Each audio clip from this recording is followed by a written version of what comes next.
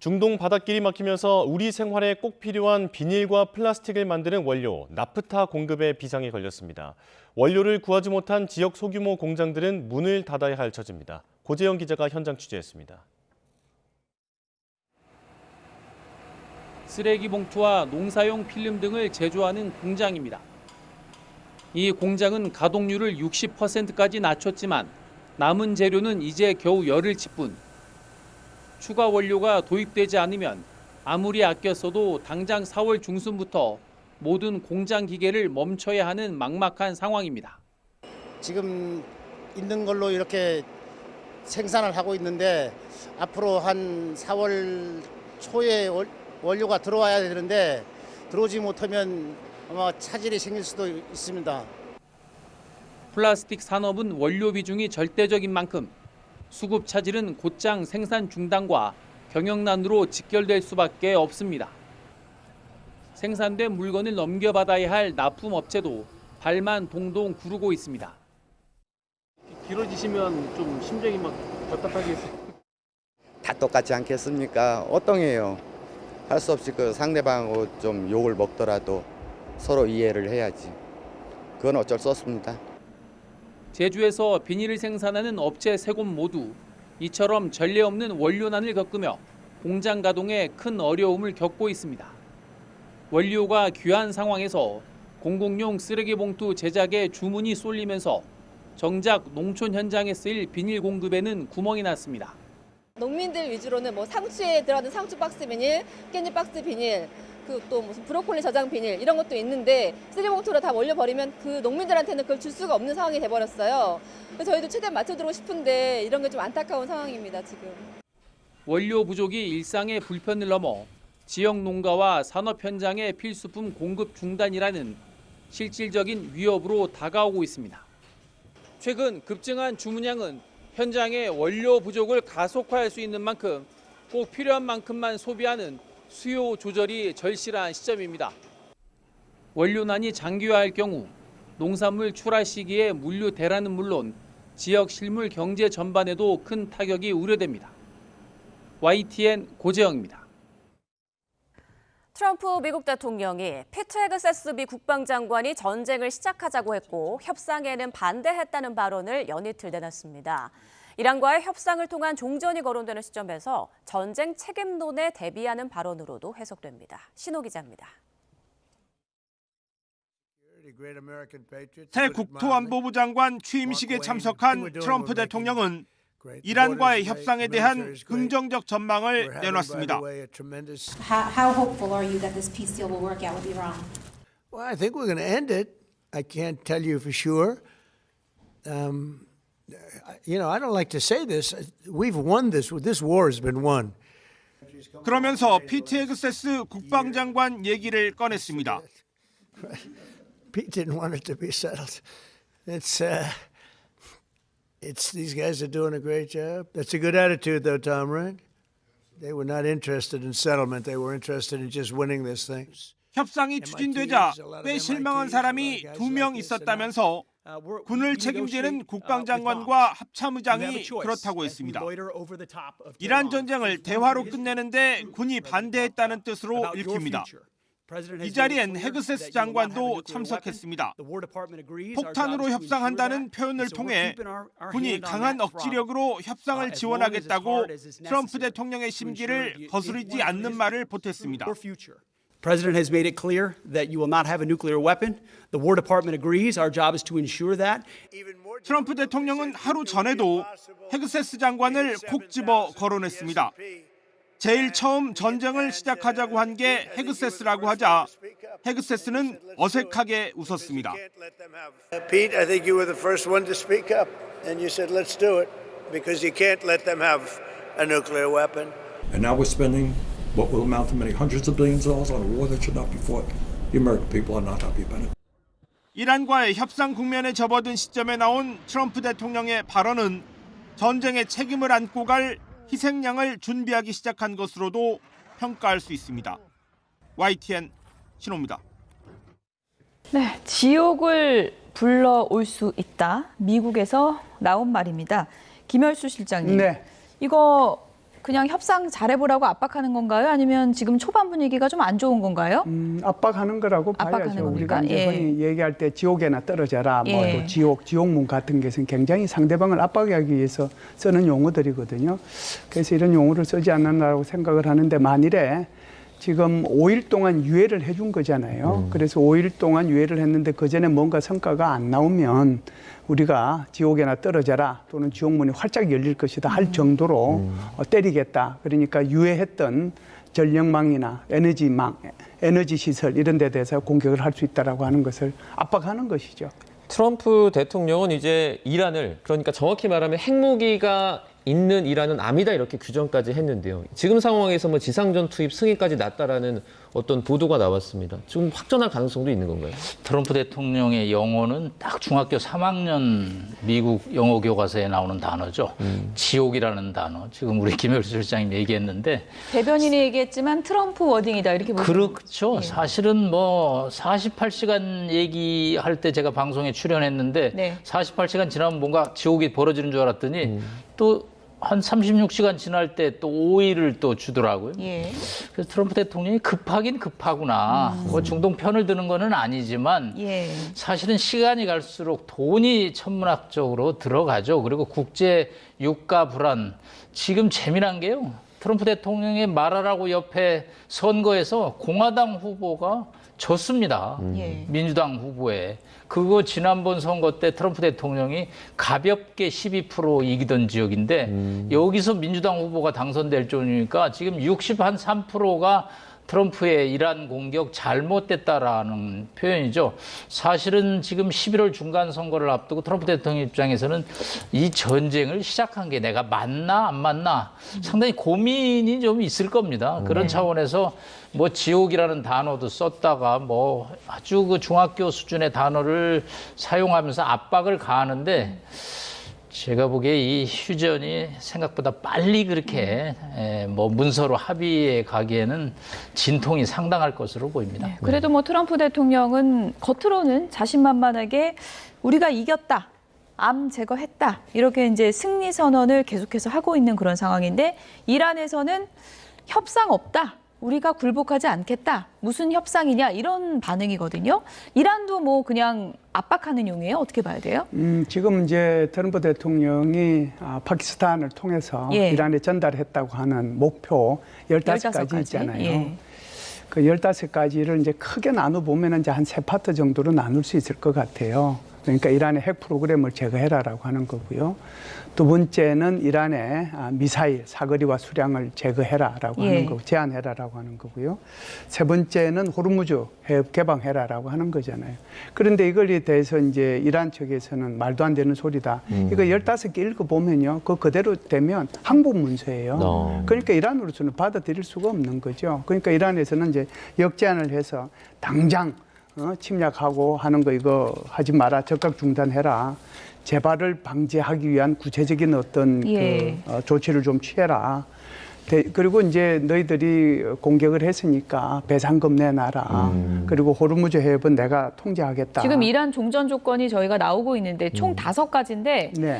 저 5가지 중에는 그럼 미국이 받을 수 있는 게 있는 거예요? 그래서 저게 어떻게 보면은 한쪽은 15가지고 한쪽은 5가지고 그러는데 여기 보면은 저는 이해가 안 되는 부분이 있어요. 어떤 건가요? 이란이 지금 내놓은 5가지 중에서는 핵 문제가 하나도 안 나와 있어요. 그렇죠? 하나도 없어요. 무슨 뭐 60kg 저기 뭐 60% 농축한 거 어디로 간다, 핵시설 뭐 폐기한다 이런 것들도 하나도 안 나와 있고 그게 뭐 주권적 권리다 그 얘기도 하나도 안 나와 있어요. 그것뿐만 아니고 탄도미사일의 그 수량이나 또는 그 저기 사거리나 그거 제한하는 문제에 대해서도 여기 이란 측에서 요구하는 거 하나도 없어요.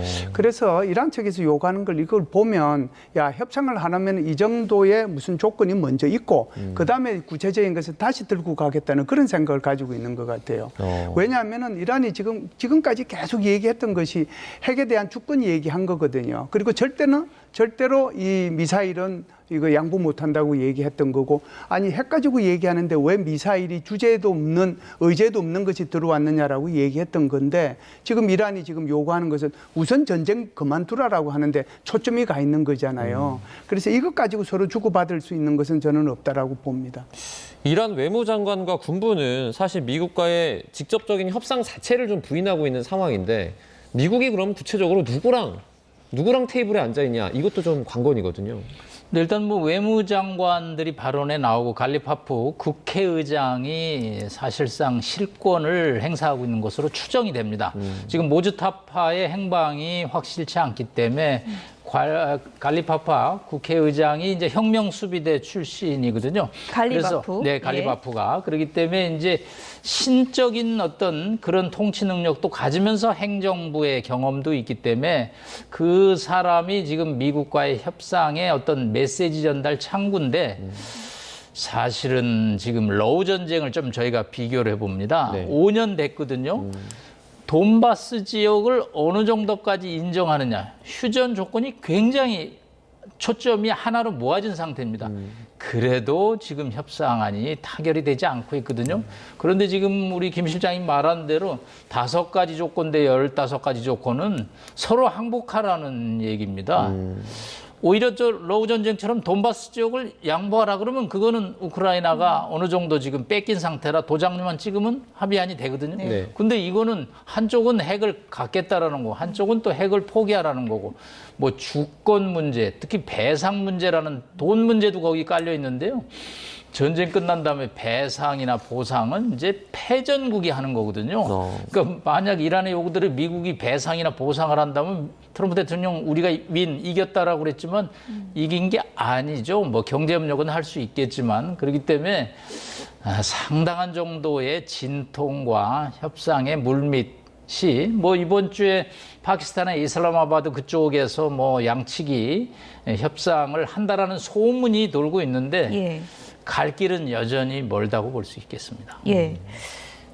누가 과연 이란 측에서는 협상 테이블에 앉는가? 이게 뭐 어떻게 보면 안전 문제도 있기 때문에 공개적으로 드러나진 않고 있는데 추측을 해볼 수 있는 게 미국이 이제 암살 표적에서 당분간 제외한 인물이 2명이고 그 두 인물이 갈리바프하고 아바스 아라그치다. 이렇게 지금 나오고 있잖아요. 그러니까 협상을 하는 거는 맞는 것 같죠? 네, 이 두 명이? 네, 그리고 이게 뭐 우리 삼국지에나 뭐 가끔씩 이제 상대방 협상자가 와가지고 왔을 때 참수해서 돌려보내는 그런 경우가 있는데 지금 문명 시대에 상대방 협상하려고 왔는데 그 사람 암살하겠어요? 이건 말이 안 되는 거예요. 협상 안 되면 근데 또 장담 못 하는 겁니까? 그래도 그거는 있을 수가 없는 거죠. 그게 전 세계에 이제 중계가 될 텐데 그게 가능하겠어요. 그러니까 그것은 일부러 이란에서 자신의 몸값을 올리기 위한 하나의 방편으로서 이런 얘기를 하고 있다 이렇게 보면 됩니다.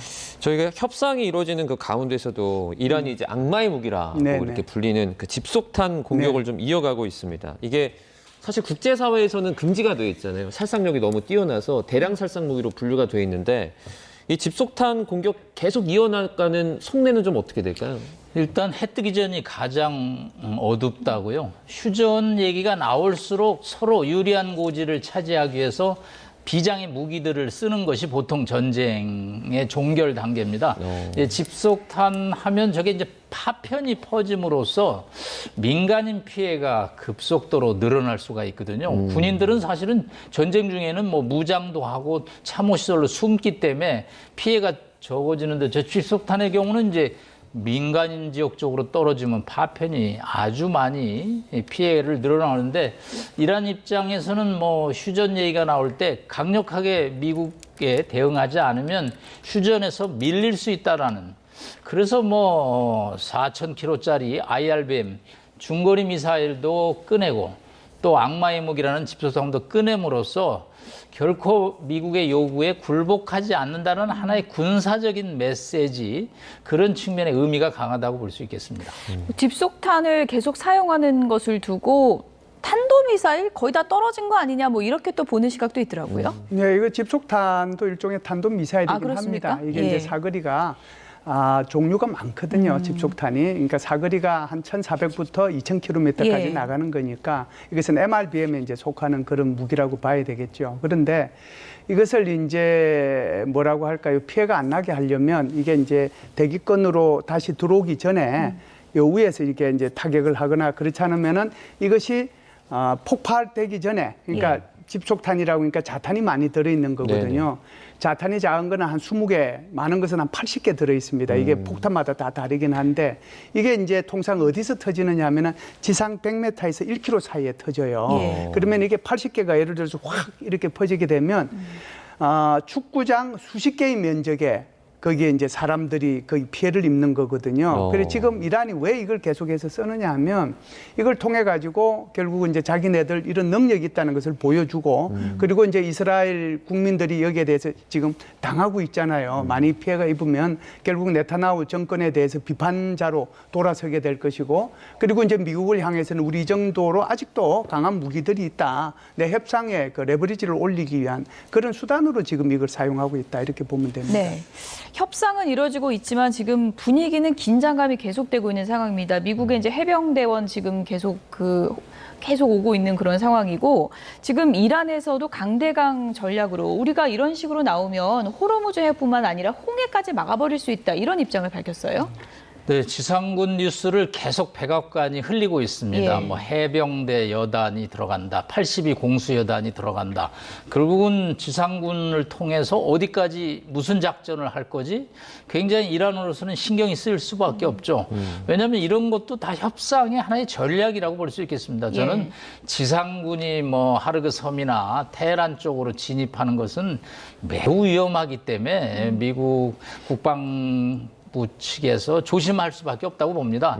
왜냐하면 그 연안 쪽에 여전히 파괴되어 있지만 이란군의 방어 미사일 시설들이 있는데 거기에 공수여단을 투입한다, 뭐 또 해병대가 상륙한다. 이러면 이제 사망자가 날 수밖에 없거든요. 저희가 워싱턴에 이렇게 분위기를 보면 과거에 공공명 지금 그래도 미국 언론들이 트럼프 정부에 대해서 강하게 비판을 안 하는 것은 사망자 수가 아직은 10단위, 뭐 한 20명, 뭐 이런 정도. 부상자는 200명이지만 이게 만약 100단위로 사망자가 나면요 반전 여론이 납니다. 그러면 언론들이 금방 워싱턴을 비난하고요. 만약 1000단위로 사망자가 나오면 정권 교체된다라는 얘기가 있을 정도입니다. 그렇기 때문에 이제 지상군 파병에 대해서 일하는 거면 카드가 뭐냐. 지금 말한 대로 홍해 봉쇄라는 또 카드를 꺼내겠다. 그래서 이런 카드를 실제 할 수 있는지는 그건 다음 문제고 지금은 양측의 심리전.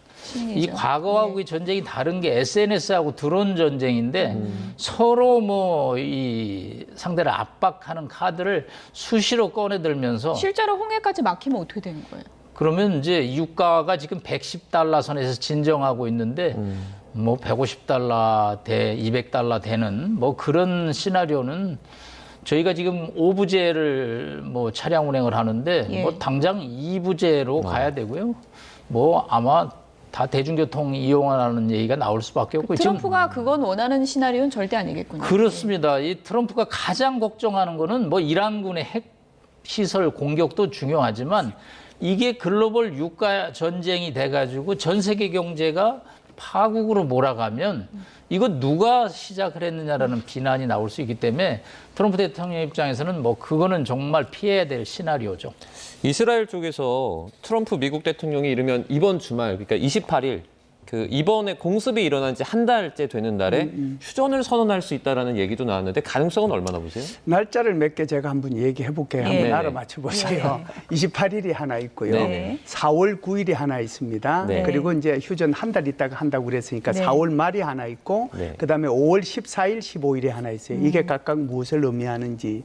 그래서 3월 28일은 지금 5일 동안 유예한 그날이고요. 4월 9일은 계속해서 이제 휴전을 하게 되면은 4월 9일이 될 거다. 이제 그 이유가 뭐 예를 들어서 6주 정도 되니까 4주 6주에서 6주의 거의 마지막 날이니까 될 거다 하는 거고 한 달 있다가 할 거라고 하는 것은 이스라엘 그 언론에서 나온 건데 결국은 휴전을 선포하고 한 달 동안 협상을 할 거 아니냐라고 하는 거고 5월 14일, 15일이라는 의미는 트럼프 대통령이 중국을 방문하는 날이니까 그 전에 이제 이 전쟁이 끝난다는 거거든요. 그렇다고 하면 지금 우리가 생각할 수 있는 것은 4월 14일, 15일까지는 안 갈 거고 4월 말 하나가 있을 거고 4월 9일이 있을 거고 3월 28일이 있을 겁니다. 그래서 제가 볼 때는 3월 28일 정도 되면은 휴전은 선포할 수도 있겠다는 생각이 들어요. 휴전. 일단 협상은 아니죠. 그러니까 서로가 원하는 거 그리고 이제 한 달 동안 시간을 두면서 협상을 한 차례, 두 차례, 세 차례, 네 차례 이렇게 몇 번에 걸쳐서 협상을 해서 마무리를 해야 되거든요.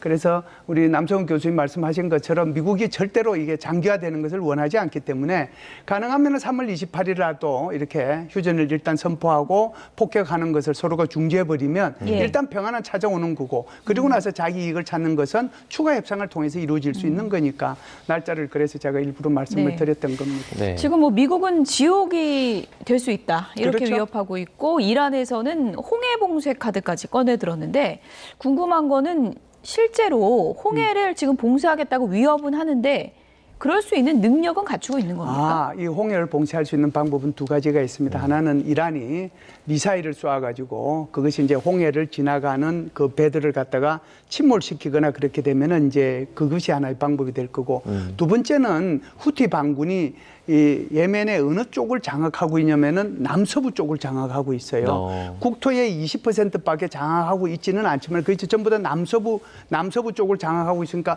홍해를 지나가는 그 부분을 딱 장악하고 있는 거예요. 그 후티 반군이 친이란이지 않습니까? 그리고 후티 반군이 내가 이제 나설 수 있다라고 그러니까 후티 반군이 본격적으로 나서서 거기서 미사일 쏘고 그래서 이 배들에 대해서 만일 이제 격침을 하고 그러면은 그 막혀버리는 거죠. 이렇게 되면 진짜 심각한 상황이 되고 전 세계가 아마 스태그플레이션이 일어나게 될 겁니다. 아마 이 정도 가면 아마 세계는 아마겟돈의 세계로 이렇게 빠져들 가능성도 있다 이렇게 보죠. 말씀하신 것처럼 친이란에다가 사실 반미 성향도 가지고 있잖아요. 후티 반군이. 그렇죠. 그럼 말씀하신 시나리오대로 가면 어쨌든 이란이 원하면 홍해도 완전히 막을 수 있다라고 저희가 볼 수 있겠네요. 그렇기 때문에 지금 이란에서 계속 홍해 얘기를 꺼내고 있는 거예요. 그 이제 이것도 이제 협상의 레버리지를 올리는 수단이거든요. 예. 트럼프 행정부에서 다음 카드로 어떤 걸 꺼내들지도 관심인데 행정부 내에서도 온도 차이는 조금 있는 것 같습니다. 다음 영상 보시죠. And now we're spending what will amount to many hundreds of billions of dollars on a war that should not be fought. The American people are not happy. Today will be, yet again, our most intense day of strikes inside Iran. Pete didn't want it to be settled. It's these guys are doing a great job. It's a good attitude, though, Tom, right? They were not interested in settlement. They were interested in just winning this thing. 트럼프 대통령은 하루 전에도 헤그세스 장관을 콕 집어 거론했습니다. Pete, I think you were the first one to speak up, and you said, let's do it, because you can't let them have a nuclear weapon. Pete, I think you were the first one to speak up.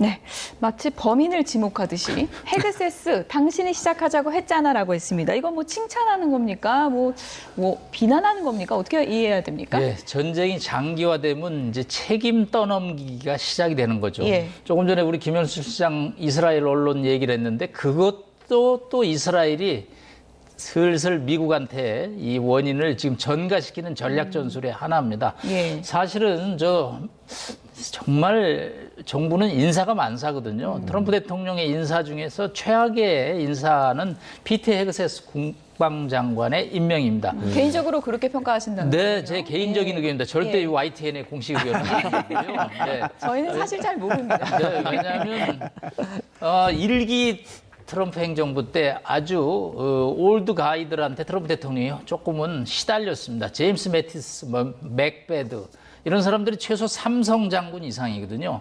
국방장관에서 각하 전쟁은 다음에 하시죠. 2기 때 하시죠. 그래서 트럼프 대통령 입장에서는 본인이 하고 싶은 걸 많이 못했다라는 불만을 터뜨렸습니다.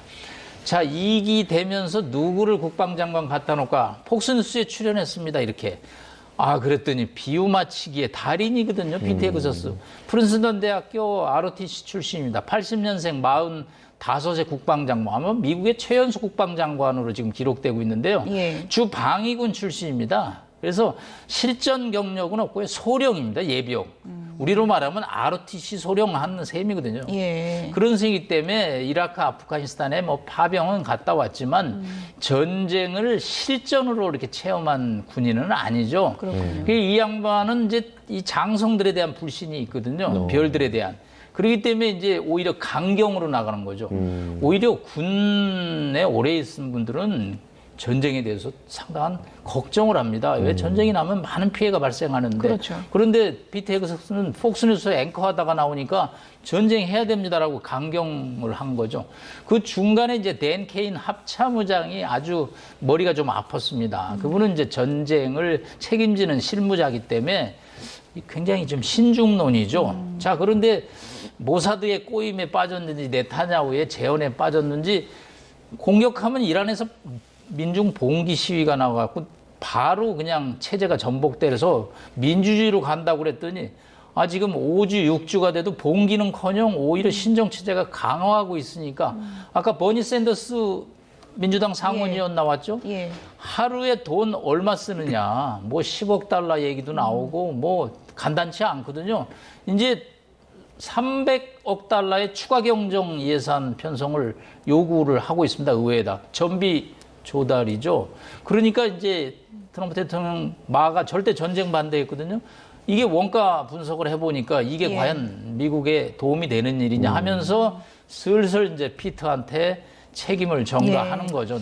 나는 이거 원치 않았는데 제가 하라고 그래서 전쟁 시작했다라는. 우리 남성호 교수님이 마치 백악관에 있다 오신 것처럼 이렇게 구체적으로 얘기를 해주셨는데 어떻게 보십니까? 뭐 희생양 만드는 겁니까? 어떻게 되는 겁니까? 아까 그 남성호 교수님이 트럼프 대통령의 지옥문 뭐 이런 발언이 실제로 뭐 트럼프 대통령도 그 얘기를 했어요. 근데 그걸 이제 중3 이제 수준에라고 말씀을 하셨는데.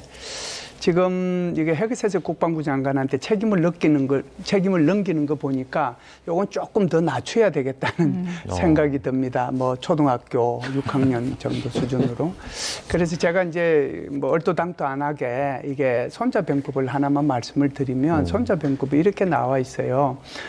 병자는 국지대사여 사생지지하고 존망지도하니 불가불차야라 이런 말이 있거든요. 그러니까 전쟁이라고 하는 것은 정말 국가에서 중요한 일이고 또 죽고 사는 문제고 또 이제 국가로 봐서는 이게 흥하고 망하는 그런 길이니까 생각하고 또 생각하고 신중하고 또 신중하게 생각해서 전쟁이 임해야 된다라고 하는 것이 손자병법에 나와 있는 내용입니다. 그래서 자기 스스로가 불가불차야를 못 해놓고 지금 헤그세스 국방부 장관한테 그 책임을 넘기는 것은 정말 지휘관으로서 또 최고사령관으로서 좀 어른스럽지 못하다. 그래서 좀 수준을 좀 더 낮춰야 되겠다는 생각이 듭니다. 트럼프 행정부 내부에서도 뭐 휴전에 대한 의견이 좀 나뉘고 있는 것 같은데 지금 상황에서 이란 측이 벤스 미국 부통령을 오히려 협상장에 나와서 같이 얘기해야겠다 이런 입장을 미국에 전달했다 그래요. 선호하는 이유가 좀 있습니까? 네, 벤스는 사실은 이 전쟁에 대해 소극적이었습니다. 왜냐하면 본인이 오하이오 대학의 장교로 ROTC를 할 때 이 중동 지역의 해병대로서 한 1년 반 정도 근무를 했거든요. 그래서 이 지역의 정세를 알거든요. 공보 업무를 했습니다. 언론의 브리핑을. 그렇기 때문에 이 지역이 간단치 않기 때문에 반대를 했는데 전쟁이 이제 시작됐기 때문에 이 이란 입장에서는 제이드 벤스 부통령이 오면 그래도 저 사람은 우리에 대한 이해가 있다. 그래서 협상이 어느 정도 좁힐 수 있다. 지금 스위트 스코프나 그다음에 큐시너 사위죠. 큐시너는 사실은 유대계입니다. 윤태계. 그렇기 때문에 큐시너가 먼저 사위이기 때문에 많이 이렇게 나오지만 이란의 불신은 간단치 않거든요. 그렇기 때문에 제이디 벤스가 나온다면 한번 이란 입장에서 기대를 걸 만하다.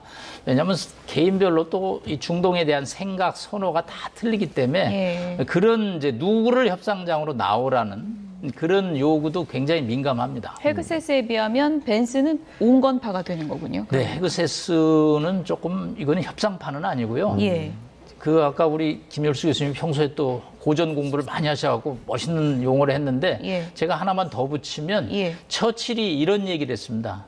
전쟁은 군인들의 손에 맡기기에는 너무나 위험한 일이다. 그래서 종합적으로 판단하라는 거죠. 피트 헤그세스는 그냥 저희가 전쟁부 장관, 국방부 장관이니까 공격하시죠. 뭐 그 후과나 피해 그거는 정치의 영역이거든요. 그렇기 때문에 굉장히 신중을 해야 되는 상황인 것 같습니다. 쿠슈너는 트럼프의 이제 맞사위인데 이전에도 이란과의 협상에 이제 참여를 했었고 네네. 중동 협상의 설계자라고 하는데 네네. 전에도 협상하다가 공습에 들어갔기 때문에 이란 예. 입장에서는 저 사람 못 믿겠다 뭐 이런 것도 있을 수 있을 것 같아요. 뭐 뒤통수 쳤다 이런 얘기를 예. 하죠. 이제 벤서를 이제 온건파라고 이렇게 우리가 섣불리 이제 단정은 안 했으면 좋겠다는 예. 것을 추가적으로 말씀을 드리는데 상대적으로라고 누구보다도 미국 우선주의를 강조하는 사람이고요. 이 사람은 메가파거든요. 예. 그 마가파의 핵심이 뭐냐면 남의 나라 전쟁에 또는 내 군인들을 필요 없는 전쟁에 절대로 보내서는 안 된다고 주장하는 사람이에요. 그렇기 때문에 이제 아까 남 교수님 말씀하신 것처럼 이 전쟁에 대해서 그렇게 탐탁지 않게 생각을 했던 거죠. 왜?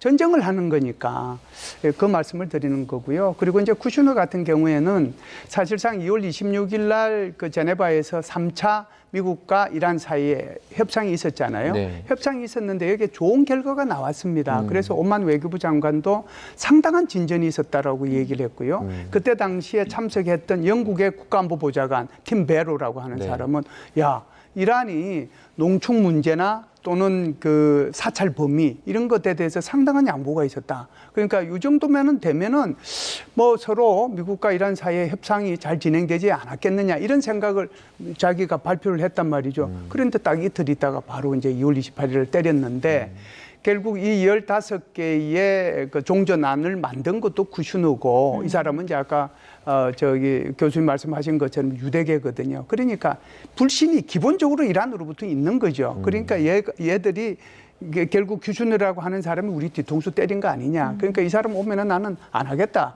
이런 생각을 가지고 있는 거죠. 지금 미군에서 82 공수사단 2,000명의 중동 전개 명령 내려졌다라는 그런 소식도 있습니다. 그러니까 지상군이 거의 10,000명 가까이 한 7,000명으로 늘어난 건데 만약에 지상군이 실제로 투입될 가능성은 어느 정도로 보시는 거예요?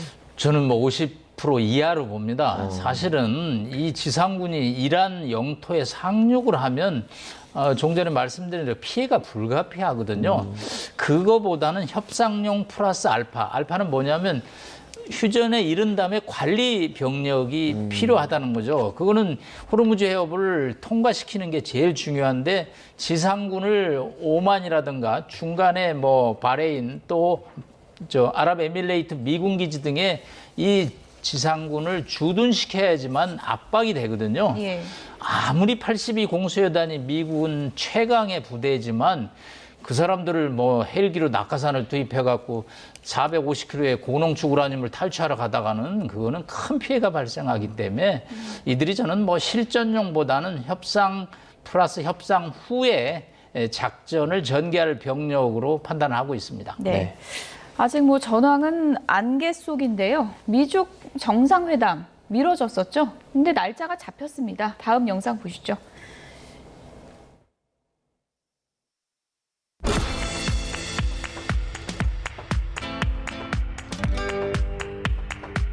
A long-awaited meeting with President Xi in China will now take place in Beijing on May 14th and 15th. Just given that the president postponed his original trip to China because of the war, should we infer that the war will be wound down and concluded by the time of that May 15th, 14th visit? Again, as I've said, we've always estimated approximately 4 to 6 weeks, so you could do the math on that, Mario.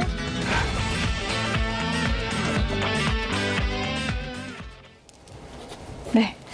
종전 날짜 계산해봐라. 대변인이 그랬는데 4주에서 6주라고 했고 지금 언제 끝날지 정확하지가 않은데 날을 확 잡았거든요. 예. 이게 무슨 의미입니까? 그러니까 이제 4주에서 6주라고 하는 것은 6주가 끝나는 것이 예. 아까 제가 말씀드릴 때 이제 정확하게는 4월 10일이 딱 6주 끝나는 예. 날이에요. 그런데 이제 뭐 4월 9일 날로 했는데 4월 9일 날로 왜 했느냐 하는 것은 여러 가지 설들이 있어요. 예. 그러니까 과거에 2003년도 이라크 전이 났을 때 바그다드 함락한 날짜가 4월 9일이에요. 그렇기 때문에 그 날짜를 얘기하지 않느냐 보고요. 두 번째는 보면은 지금 하메네이의 그 추도 기간이 40일이거든요. 그 40일 또는 이제 7주를 6주니까 6 곱하기 7이라면 42일이잖아요. 대충 그 날짜가 맞지 않습니까? 그러니까 6주, 그 다음에 이제 하메네이 추도 기간 끝나는 거, 이걸 다 맞춰보면 제일 이제 그 교집합이 이루어지는 날짜가 4월 9일 정도 되거든요. 그래서 이제 그런 얘기를 하지 않았는가라고 봅니다. 제가 가시적으로 봤을 때는 그 중국이 사실 이번에 미국과 이란의 이런 그 전쟁 상황에서 결과적으로는 좀 이득을 얻었다고 저희가 볼 수 있나요? 아니면 뭐 그렇지도 않다 저렇게 판단할 수 있나요? 중국이 최고의 승리자죠. 푸틴보다요? 그럼요. 전 세계 국가에서 지금 중국에 대한 선호도가 인기 투표 1위입니다. 지금. 그 동맹국조차도 미국 이거 조금 신통치 않네. 예. 뭐 푸틴은 지금 러우 전쟁 때문에 정신이 없고. 근데 지금 미중 정상회담 발표에 조금 저희가 주목해야 될 부분이 지난번에 3월 30일부터 4월 1일까지 2박 3일 잡으셨거든요. 근데 오늘 발표 1박 2일로 줄었습니다. 왜 저렇게 지금 서두르는 느낌이거든요. 예. 그래서 이제 11월 중간 선거 전에 시진핑 주석의 답방, 미국 방문을 해야지만 본인이 중국을 관리해서 이렇게 무역 적자를 개선하고 있다. 사실은 뭐 전쟁 중에도 지금 파리에서 이 양측이 장관급 회담을 합니다.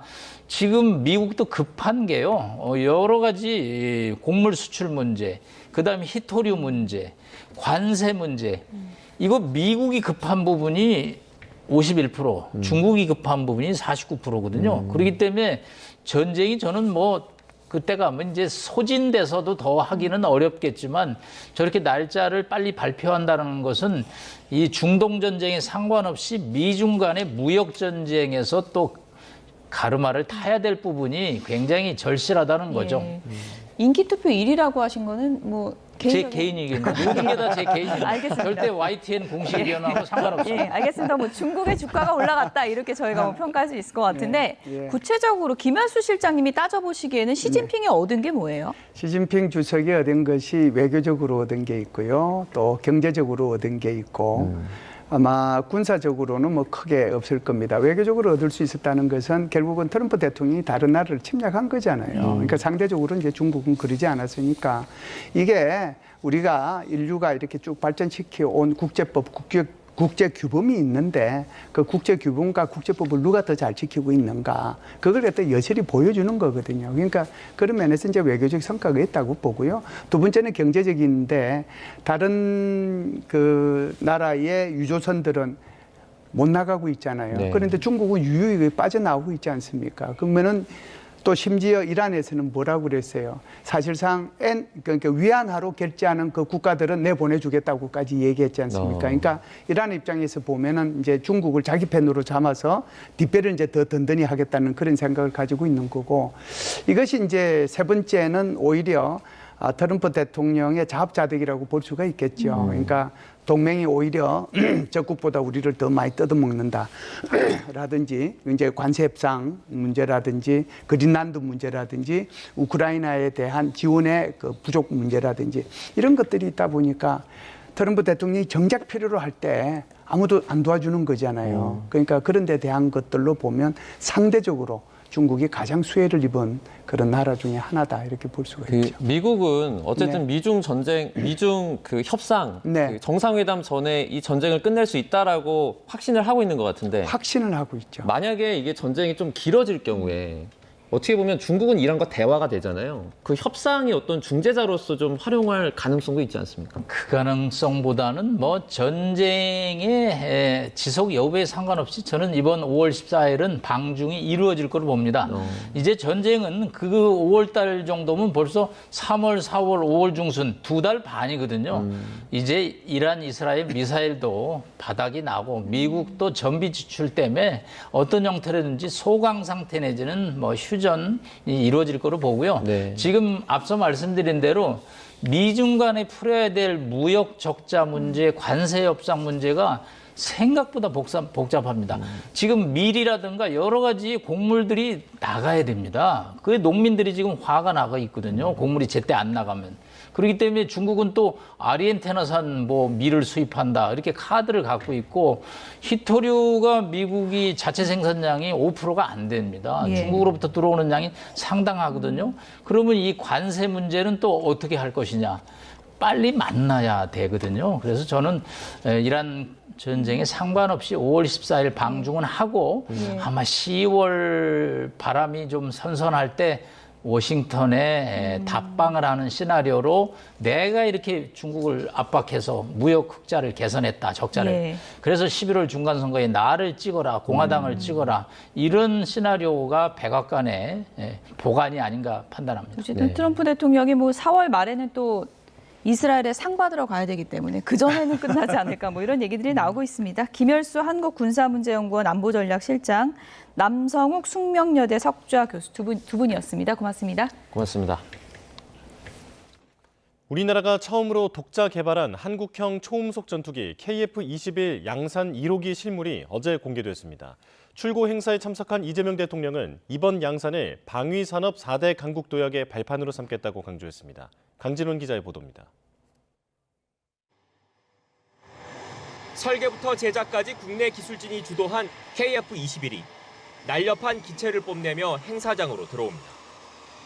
1,600회가 넘는 시험 비행을 성공적으로 마치고 대량 생산을 시작한 한국형 초음속 전투기입니다. 지난 2001년 고 김대중 전 대통령이 국산 전투기 개발 구상을 밝힌 지 25년 만에 이룬 결실입니다. 1975년 소청을 만들던 작은 시작이 오늘날 자주국방의 거대한 씨앗이 되었습니다. 오늘 출고된 KF-21은 우리의 과거와 미래를 잇는 상징입니다. KF-21은 대한민국 항공기술의 결정체로 불립니다. 최고 속도는 마하 1.8 이상, 최장 항속거리는 약 2,900km에 달하는 4.5세대급 최신 기종이기 때문입니다. 전 세계에서 4.5세대 이상 초음속 전투기 개발에 성공한 곳은 미국, 중국, 러시아, 일본 등에 이어 우리나라가 8번째입니다. A사 레이더 등 핵심 항공 장비의 해외 기술 이전이 무산돼 어려움을 겪기도 했지만 국내 기술로 난제를 풀었습니다. 이재명 대통령은 경남 사천에서 열린 출고식에 직접 참석해 성공을 축하하고 방위 산업에 대한 지속적인 투자 의지를 밝혔습니다. 정부는 KF-21의 성공을 대한민국 방위산업 4대 강국 도약을 향한 든든한 발판으로 삼을 것입니다.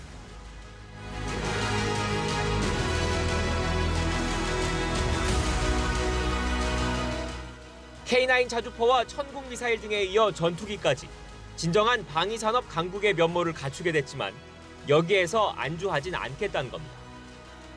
완전한 스텔스 기능을 갖춘 5세대 이상급 성능과 유무인 복합 전투기 플랫폼 등으로 발전, 그리고 해외 시장 개척을 지원하겠다는 의미로 풀이됩니다. 본격적으로 양산에 들어갈 KF-21은 2032년까지 모두 120대가 실전 배치돼 F4와 F5 등 기존 노후 전투기 대신 우리 영공을 지킬 예정입니다. YTN 강진원입니다. 한국 선박의 호르무즈 해협 통과와 관련해 주한 이란 대사관은 군 또는 정부 측과 사전 합의가 있어야 한다고 밝혔습니다. 아직 합의가 이루어지지 않아 현재로서는 호르무즈 해협을 지날 수 없다는 뜻으로 해석됩니다. 취재기자 연결해서 자세히 알아보겠습니다. 박홍구 기자, 이란 측의 입장이 나온 거죠?